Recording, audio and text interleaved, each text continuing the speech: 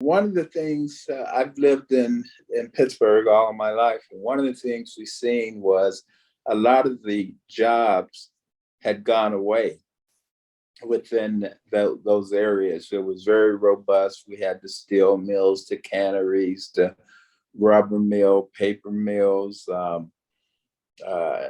and just a lot of manufacturing that took place along that northern waterfront area that was set up that way because of the transportation movement, the goods movement.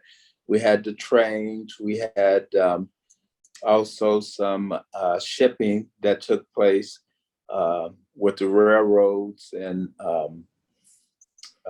then the roads. We had access by roads, and like I say, the shipping channel, because we were able to do goods movement for a lot of the steel industry as well as petrochemical industry, the paper mill, rubber mill.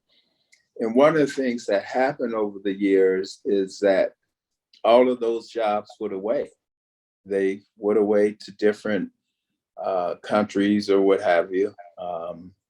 So we had this land that was there that was being under underutilized or not used at all. And so I seen an opportunity to try to bring back jobs to the areas because one of the things that we had was that a lot of the traffic congestion that we were getting um, was because we were building houses and people were having to leave out of this end of the county to go into the San Francisco, Oakland, other areas of the region in order to work. So it was pretty much had turned into a bedroom community. So one of the things that my concept and idea was is to work with the cities and the county to identify what they would want for land use and trying to bring in green jobs where people could um, find themselves in a situation where their quality of life was better. We could use that unutilized land and turn it up into jobs, housing, education, and all of those things. So as part of the initiative, one of the first things we did that I did was convene a meeting with the cities. And all the cities were interested in thinking in terms of what use that they had jurisdiction over could they do to enhance employment opportunities while at the same time stimulating economic growth for the county at large. Mm-hmm. And so the initiative got kicked off, and we had 4 different clusters where we were talking about food production, micro food, and at the same time looking at the industry.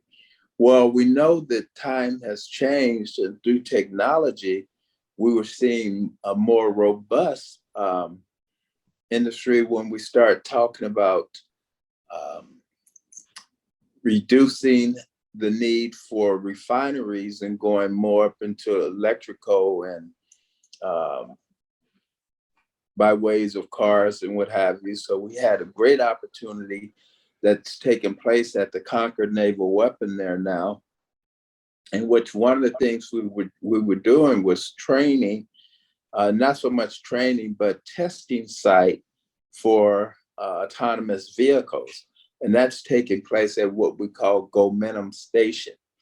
And it's a large part of the Concord Naval Weapon Stations where we're partnered with a number of manufacturers that are testing their cars on that site.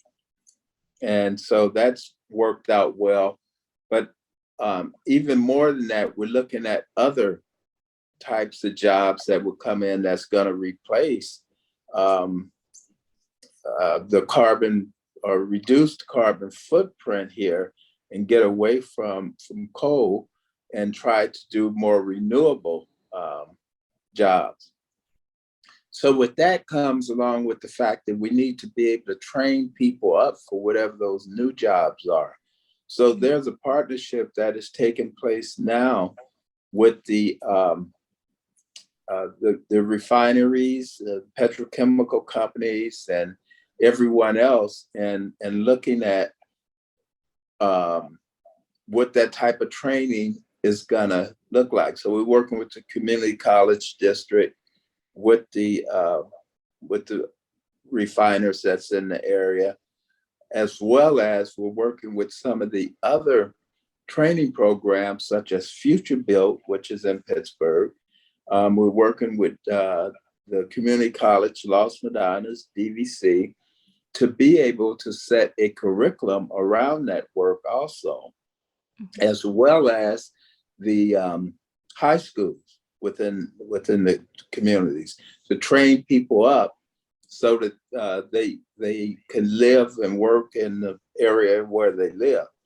So this has been an ongoing effort for the last 5 years, and we're starting to see that it's picking up pretty good.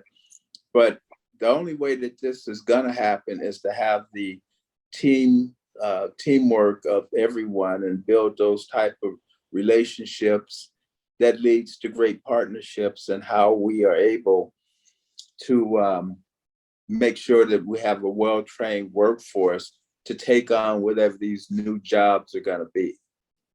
Right. That sounds like a phenomenal, initiative that you guys have started. It's very sustainable in terms of building a stronger sense of community and trying to get jobs in so that, we start to, close that social mobility gap, so that everyone has a better chance at life.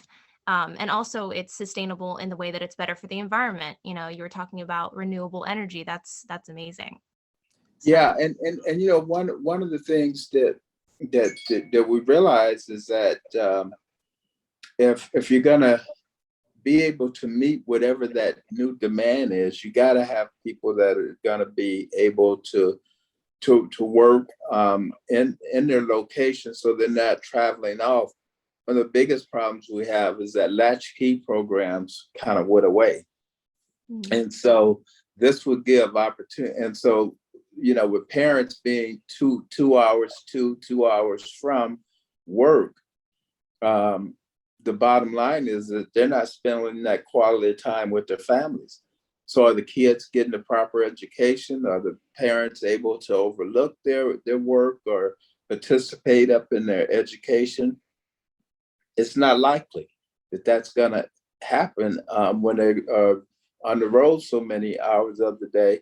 Chance of kids eating healthy meals goes away, because most of the time those parents are going to be tired, and here's fast food standing over here waiting. yeah. So it really is to start back building a sense of community, and really allowing that the parents are more part of their child's growth than just looking for our educational institution to be the parent and the educator all at the same time. Absolutely. Everything goes hand in hand. It's crazy. Oh, yes.